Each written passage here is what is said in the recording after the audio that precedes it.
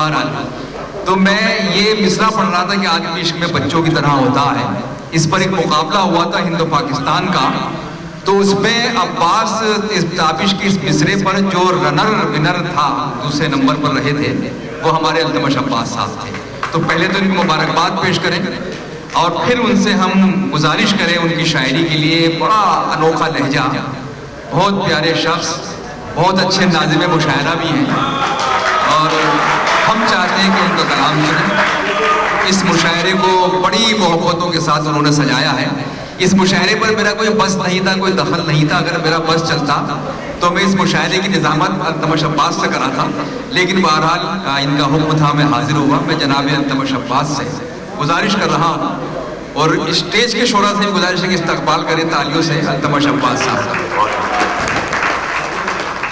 شکریہ معین بھائی.